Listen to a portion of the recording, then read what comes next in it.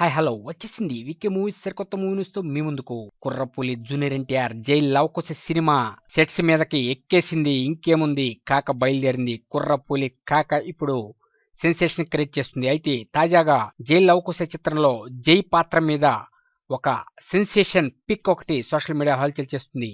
అసలు ఏమో పిక్ అనే విషయంలోకి వెళ్తే, ఈ జై క్యారెక్టర్ విలన్ క్యారెక్టర్ అంటున్నారు. అయితే ఆ విలన్ క్యారెక్టర్ లో ఎలా ఉండబోతున్నాడు అనేది ఫ్యాన్స్ ఇప్పటికే జుట్టు పీక్కుంటున్నారు. అయితే జై క్యారెక్టర్ సంబంధించిన ఒక ఫోటో సోషల్ మీడియాలో చక్కర్లు కొడుతుంది. ఈ ఫోటో ఏందంటే భయంకరంగా ఉంది. ఒక దయ్యంలాగా కనిపిస్తున్న ఈ కుర్రపులి జూనియర్ ఎన్టీఆర్ జై క్యారెక్టర్ లుక్ అదిరిపోయింది. అయితే ఇది జస్ట్ ఒక మాస్క్ మాత్రమే. ఈ మాస్క్ తోనే నటిస్తాడు అని వార్తలు బయటకు వచ్చినాయి.